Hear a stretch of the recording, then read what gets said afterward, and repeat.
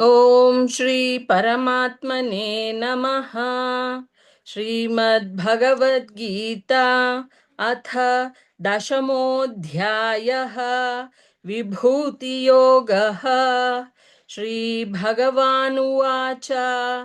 भूय एव महाबाहो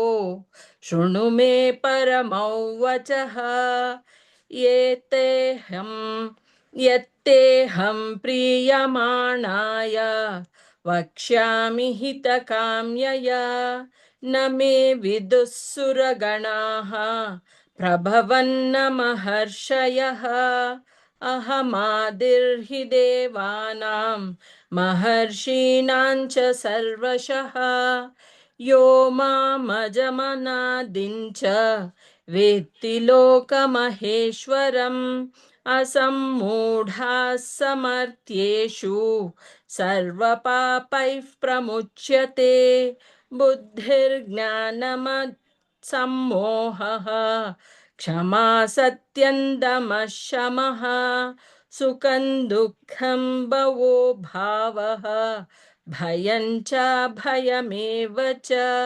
अहिंसा समता तुष्टिः तपोदानै यशो यशः भवन्ति भावा भूतानां मत्त एव पृथक्विदाः महर्षयः सप्त पूर्वे चत्वारो मनवस्तथा मद्भावा मानसा जाताः एषा लोक इमाः प्रजाः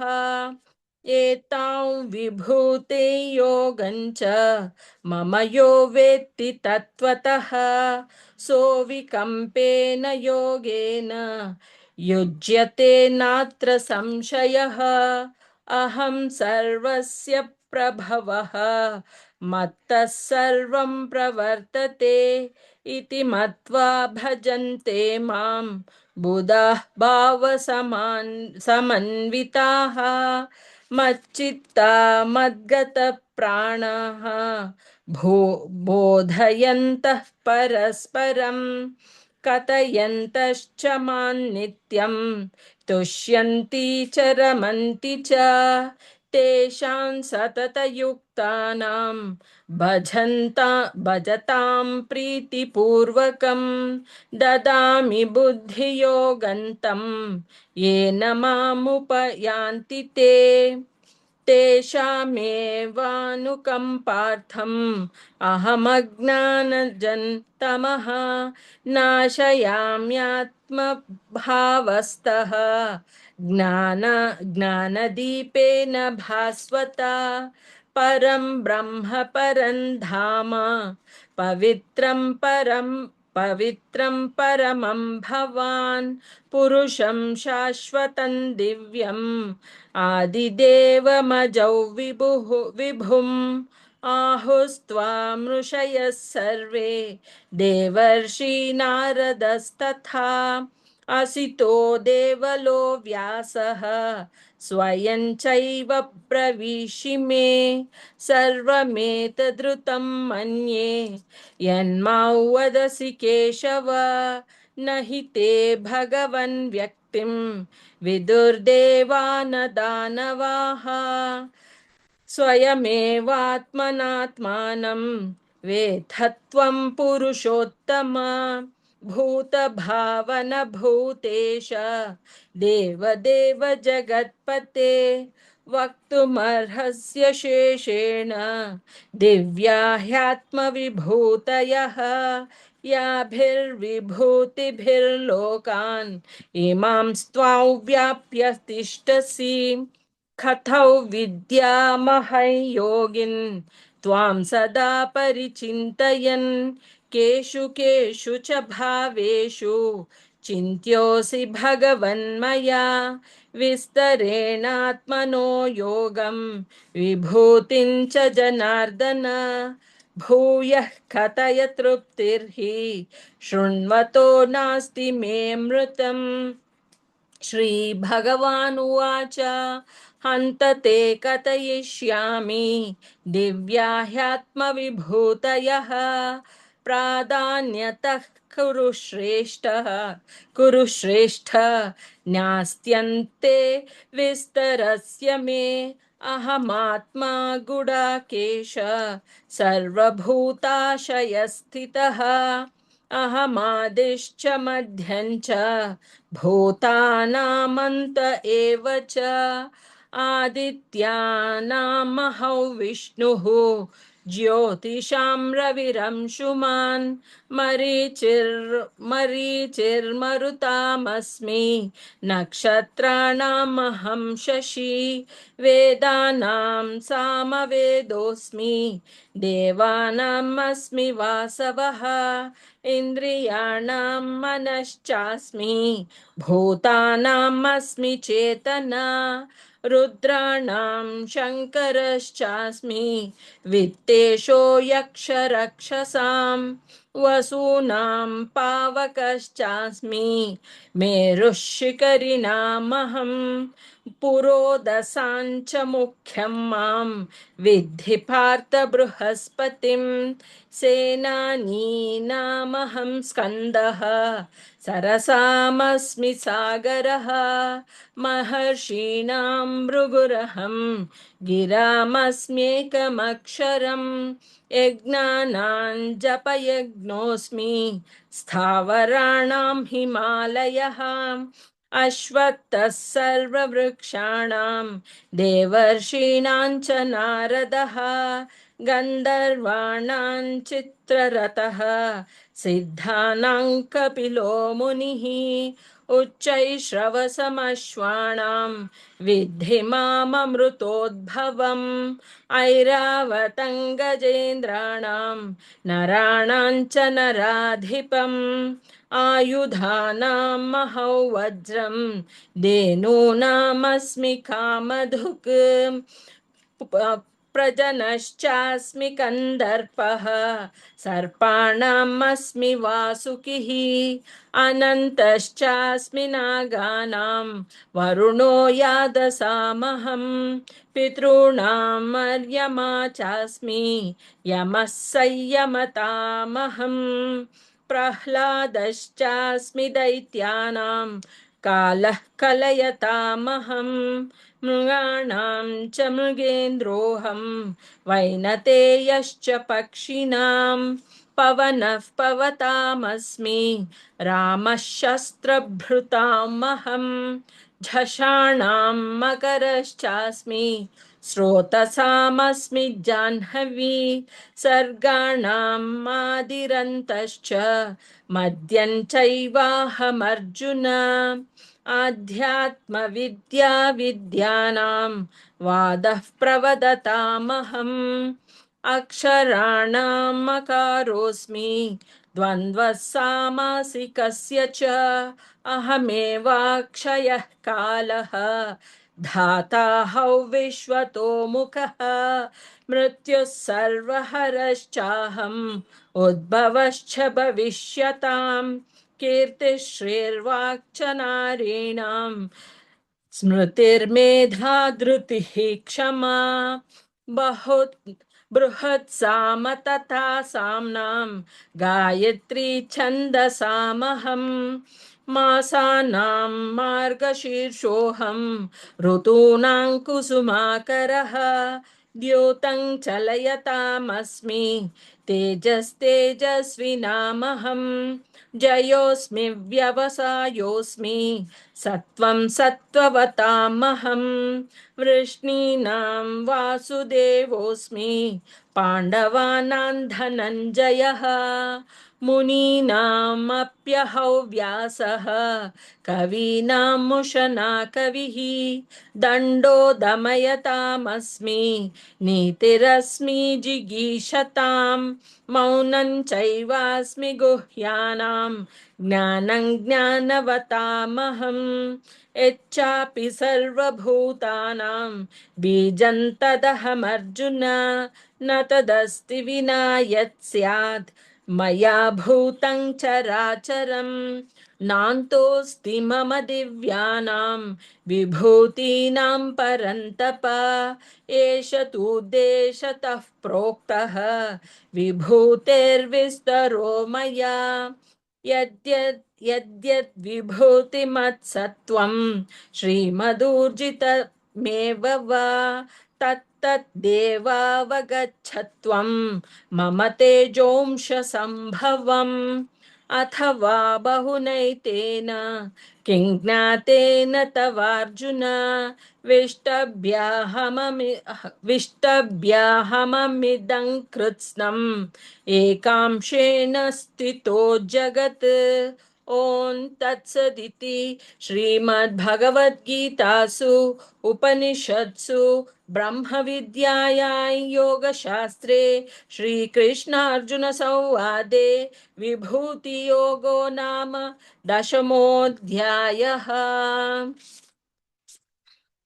ॐ श्री परमात्मने नमः। अथ एकादशोऽध्यायः विश्वरूपदर्शनयोगः। अर्जुन उवाच मदनुग्रहाय परमं गुह्यमध्यात्मसंज्ञितं यत्त्वयोक्तौ वचस्तेन मोहोऽयौ विगतो मम भवाप्ययौ हि भूतानां श्रुतौ विस्तरशो मया त्वत्तः कमलपत्राक्ष माहात्म्यमपि चाव्ययम् एवमेतद्यथार्थत्वम् आत्मानं परमेश्वर द्रष्टुमिच्छामि ते रूपम् ऐश्वरं पुरुषोत्तम मन्यसे यदि तच्छक्यं मया द्रष्टुमिति प्रभो योगेश्वर ततो मे त्वं दर्शयात्मानमव्ययम्। श्रीभगवानुवाच पश्य मे पार्थरूपाणि शतशोऽथ सहस्रशः नानाविधानि दिव्यानि नानावर्णाकृतीनि च पश्यादित्यान् वसून् रुद्रान् अश्विनौ मरुतस्तथा बहून्यदृष्टपूर्वाणि पश्याश्चर्याणि भारत इहैकस्थं जगत्कृत्स्नं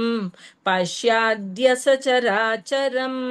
मम देहे गुडाकेश यच्चान्यद् द्रष्टुमिच्छसि न तु मां शक्यसे द्रष्टुम् अनन्येनैव स्वचक्षुषा दिव्यं ददामि ते चक्षुः पश्य मे योगमैश्वरम्। सञ्जय उवाच एवमुक्त्वा ततो राजन् महायोगेश्वरो हरिः दर्शयामास पार्थाय परमं रूपमैश्वरम् अनेकवक्त्रनयनम् अनेकाद्भुतदर्शनम् अनेकदिव्याभरणम् दिव्यानेकोद्युतायुधम् दिव्यमाल्याम्बरधरम् दिव्यगन्धानुलेपनम् सर्वाश्चर्यमयं देवम् अनन्तौ विश्वतो मुखम् दिवि सूर्यसहस्रस्य भवेद्युगपदुत्थिता यदि भासदृशी सा स्यात् भासस्तस्य महात्मनः तत्रैकस्तं जगत्कृत्स्नं प्रविभक्तमनेकधा अपश्यद्देवदेवस्य शरीरे पाण्डवस्तदा ततः स विस्मयाविष्टः हृष्टरोमा धनञ्जयः प्रणम्य शिरसा देवं कृताञ्जलिरभाषत। अर्जुन उवाच पश्यामि देवांस्तव देवदेहे सर्वांस्तथा भूतविशेषसङ्घान् ब्रह्माणमीशं कमलासनस्थं ऋषींश्च सर्वानुरगांश्च दिव्यान् अनेकबाहोदरवक्त्रनेत्रं पश्यामि त्वां सर्वतोऽनन्तरूपं नान्तन्न मध्यन्न पुनस्तवादिं पश्यामि विश्वेश्वर विश्वरूप किरीटिनं गदिनं चक्रिणं च तेजोराशिं सर्वतो दीप्तमन्तं पश्यामि त्वां दुर्निरीक्ष्यं समन्तात् दीप्तानलार्काद्युतिमप्रमेयं त्वमक्षरं परमौ वेदितव्यं त्वमस्य विश्वस्य परन्निधानं त्वमव्ययः शाश्वत धर्मगोप्ता सनातनस्त्वं पुरुषो मतो मे अनादिमध्यान्तरमनन्तवीर्यम् अनन्तबाहुं शशिसूर्यनेत्रं पश्यामि त्वां दीप्तहुताशवक्त्रं स्वतेजसा विश्वमिदन्तपन्तं ध्यावा पृथिव्योरिदमन्तरं हि व्याप्तं त्वयैकेन दिशश्च सर्वाः दृष्ट्वाद्भुतं रूपमुग्रन्थवेदं लोकत्रयं प्रव्यथितं महात्मन् अमीहि त्वां सुरसङ्घा विशन्ति केचिद्भीताः प्राञ्जलयो गृह्णन्ति स्वस्तीत्युक्त्वा महर्षिसिद्धसङ्गाः स्तुवन्ति त्वां स्तुतिभिः पुष्कलाभिः रुद्रादित्या वसवो ये च साध्याः विश्वेश्विनौ मरुतश्चोष्मपाश्च गन्धर्वयक्षासुरसिद्धसङ्गाः वीक्षन्ते त्वां विस्मिताश्चैव सर्वे रुद्रां महते बहुवक्त्रनेत्रं रूपं महते बहुवक्त्रनेत्रं महाबाहो बहुबाहुरुपादं बहुदरं बहुदंष्ट्राकरालं दृष्ट्वा लोकाः प्रव्यथितास्तथाहं नभश्च नभस्पृशं दीप्ता मनेकवर्णं व्यात्ताननं दीप्तविशालनेत्रं दृष्ट्वा हि त्वां प्रव्यथितान्तरात्मा धृतिर्न विन्दामि शमं च विष्णो दंष्ट्राकरालानि च ते मुखानि दृष्ट्वैव कालानलसन्निभानि दिशो न जाने न लभे च शर्मा प्रसीद देवेश जगन्निवास अमी च त्वां धृतराष्ट्रस्य पुत्राः सर्वे सहैवावनिपालसङ्घैः भीष्मो द्रोणः सूतपुत्रस्तथासौ सहास्मदीयैरपि योधमुख्यैः वक्त्रेण ते त्वरमाण विशन्ति दंष्ट्राकरालानि भयानकानि केचिद्विलग्ना दशनान्तरेषु सन्दृश्यन्ते चूर्णितैरुत्तमाङ्गैः यथा नदीनां बहोऽम्बुरवेगाः समुद्रमेवाभिमुखा द्रवन्ति तथा तवामि नरलोकवीराः विशन्ति वक्त्राण्यभिविज्वलन्ति यथा प्रदीप्तं ज्वलनं पतङ्गाः विशन्ति नाशाय समृद्धवेगाः तथैव नाशाय विशन्ति लोकाः तवापि वक्त्राणि समृद्धवेगाः लेलीह्यसे ग्रसमानः समन्तात् लोकान् समग्रान् वदनैर्ज्वलद्भिः तेजोभिरापूर्य जगत्समग्रम् भासस्तवोग्राः भासस्तवोग्राः प्रतपन्ति विष्णो आख्याहि मे को भवानुग्ररूपः नमोऽस्तु ते देववर प्रसीद विज्ञातुमिच्छामि भवन्तमाद्यं न हि प्रजानामि तव प्रवृत्तिम् श्रीभगवानुवाच कालोऽस्मि लोकक्षयकृत् प्रवृद्धः लोकान् समाहर्तुमिह प्रवृत्तः ऋतेऽपि त्वां न भविष्यन्ति सर्वे एव स्थिताः प्रत्यनीकेषु योधाः तस्मात् त्वमुत्तिष्ठ यशो लभस्व जित्वा शत्रून् भुङ्क्ष्व राज्यं समृद्धम् मयैवैते निहताः पूर्वमेव निमित्तमात्रं भव सव्यसाचिन् द्रोणं च भीष्मं च जयद्रथं च कर्णं तथान्यान्यपि योधवीरान् मया हतांस्त्वं जहिमा व्यथिष्ठाः युध्यस्व जेतासि रणे सपत्नान् सञ्जय उवाच एतत् श्रुत्वा वचनं केशवस्य कृताञ्जलिर्वेपमानः किरीटी नमस्कृत्वा भूय येवाह कृष्णं सगद्गदं भीतः प्रणम्य अर्जुन उवाच स्थाने हृषीकेश तव प्रकीर्त्या जगत्प्रहृष्यत्यनुरज्यते च रक्षांसि भीतानि दिशो द्रवन्ति सर्वे नमस्यन्ति च सिद्धसङ्गाः कस्माच्च तेन न मेरन्महात्मन् गरीयसे ब्राह्मणोऽप्यादिकर्त्रे अनन्तदेवेश जगन्निवास त्वमक्षरं सदसत् तत्पदैर्यत्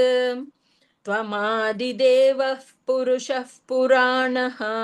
त्वमस्य विश्वस्य परन्निधानम् वेत्तासि वेद्यं च परं च धाम त्वया तत्तौ विश्वमनन्तरूपा वायोर्यमोऽग्निर्वरुणः शशाङ्कः प्रजापतिस्त्वं प्रपितामहश्च नमो नमस्तेऽस्तु सहस्रकृत्वः पुनश्च भूयोऽपि नमो नमस्ते नमः पुरस्तात् तथा पृष्ठतस्ते नमः पुरस्तात् तथा पृष्ठतस्ते नमोऽस्तु ते सर्वत एव सर्व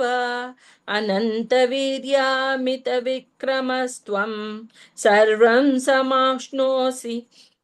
ततोऽसि सर्व साकेति मत्वा प्रसभै यदुक्तं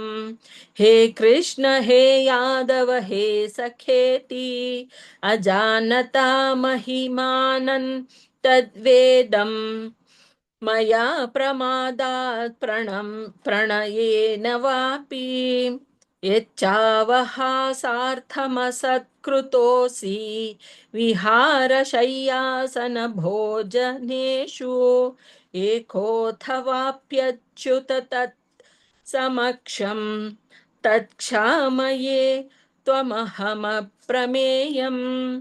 पितासि लोकस्य चराचरस्य त्वमस्य पूज्यश्च गुरुर्गरीयान् न त्वत्समोऽस्तभ्यधिकः कुतोऽन्यः लोकत्रयेऽप्यप्रतिमप्रभावान्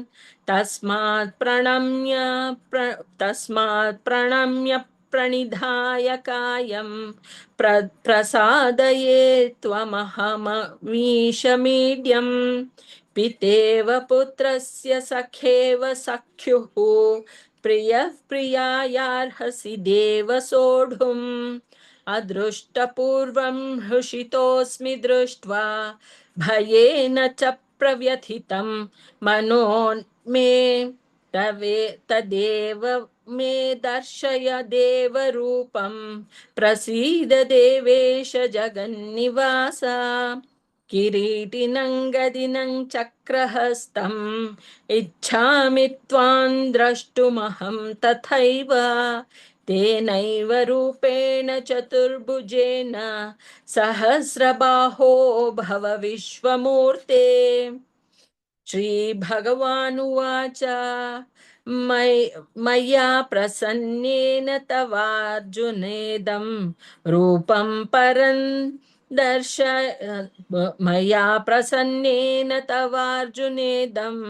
रूपं दर्शितमात्मयोगात् तेजोमयो विश्वमनन्तमाध्यं यन्मे त्वदन्येन न दृष्ट पूर्वं न मेदयज्ञाध्ययनैर्न दानैः न च क्रियाभिर्न तपोभिरुग्रैः एवं रूपः शक्य अहन्नृलोके द्रष्टुं त्वदन्येन कुरु प्रवीरा मा ते व्यथा मा च विमूढभावः दृष्ट्वा रूपं घोरमीदृङ्ममेदं व्यपेतभिः प्रीतमानः पुनस्त्वं तदेव मे रूपमिदं प्रपश्य सञ्जय उवाच इत्यर्जुनो वासुदेवस्तथोक्त्वा स्वकं रूपं दर्शयामास भूयः आश्वासयामास च भीथमेनं भूत्वा पुनः सौम्य वपुर्महात्मा अर्जुन उवाच दृष्ट्वेदं मानुषं रूपं तव सौम्यं जनार्दन इदानीमस्मि संवृत्तः सचेताः प्रकृतिं गतः श्रीभगवानुवाच सुदुर्दर्शमिदं रूपं दृष्टवानसि यन्मम देवा अप्यस्य रूपस्य नित्यं दर्शनकाङ्क्षिणः नाहौ वेदैर्न तपसा न दानेन न चेज्यया शक्य एवौ विधो द्रष्टुं दृष्टवानसि मायथा भक्त्या त्वनन्यया शक्यः अहमेवौ विधोऽर्जुन ज्ञातुं द्रष्टुं च तत्त्वेन प्रवेष्टुं च परन्तप मत्कर्म मत्कृन्मत्परः परमः मद्भक्तः सङ्गवर्जितः निर्वैरः सर्वभूतेषु यः स मामेति पाण्डव ॐ तत्सदिति श्रीमद्भगवद्गीतासु उपनिषत्सु ब्रह्मविद्याया योगशास्त्रे श्रीकृष्ण अर्जुन संवादे विश्वरूपदर्शनयोगो नाम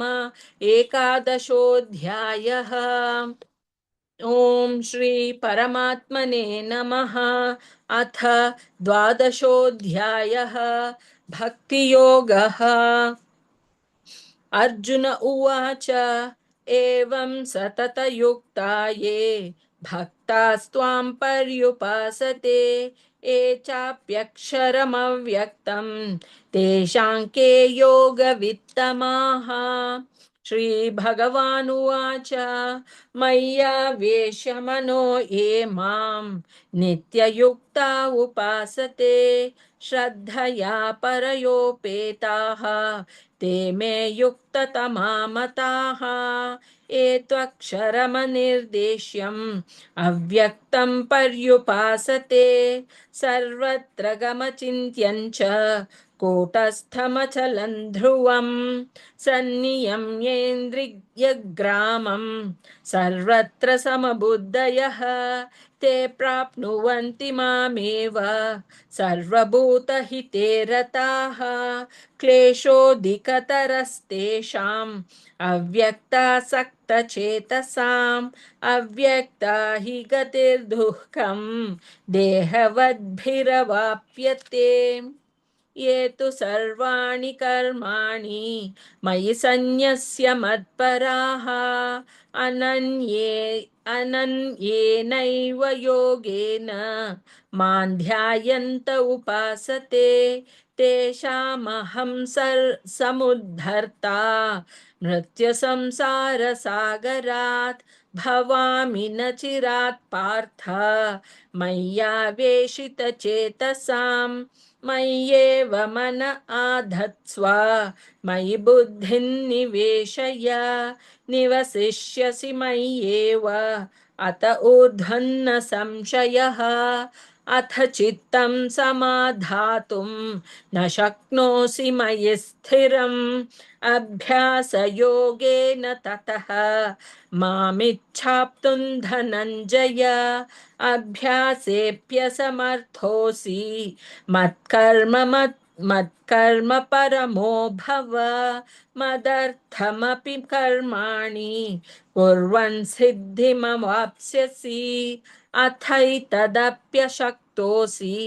कर्तुं मद्योगमाश्रितः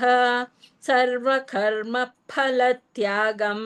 ततः कुरु यतात्मवान् श्रेयो हि ज्ञानमभ्यासात् ज्ञानाध्यानौ विशिष्यते ध्यानात् कर्मफलत्यागः त्यागाच्छान्तिरनन्तरम् अद्वेष्टा सर्वभूतानां मैत्रः करुण एव च निर्ममो निरहङ्कारः समदुःखसुखः क्षमी सन्तुष्टः सततं योगी यतात्मा दृढनिश्चयः मय्यर्पितमनो बुद्धिः यो मद्भक्तः स मे प्रियः यस्मान्नो द्विजते लोकः लोकान्नो द्विजते च यः हर्षामर्षभयोद्वेगैः मुक्तो यः स च मे प्रियः अनपेक्षः शुचिर्दक्षः उदासीनो गतव्यतः सर्वारम्भपरित्यागी यो मद्भक्तः स मे प्रियः यो न हृष्यति न द्वेष्टि न शोचति न काङ्क्षति शुभाशुभपरित्यागी भक्तिमान् यः स मे प्रियः समशत्रौ च मित्रे च तथा मानापमानयोः शीतोष्णसुखदुःखेषु समसङ्गविवर्जितः तुल्यनिन्दास्तुतिर्मौनी सन्तुष्टो येन केनचित् अनिकेतस्थिरमतिः भक्तिमान् मे प्रियो नरः ये तु धर्म्यामृतमिदं यथोक्तं पर्युपासते श्रद्धाना मत्परमाः भक्तास्तेतीव मे प्रियाः ॐ तत्सदिति श्रीमद्भगवद्गीतासु उपनिषत्सु ब्रह्मविद्यायां योगशास्त्रे श्रीकृष्णार्जुनसंवादे भक्तियोगो नाम द्वादशोऽध्यायः।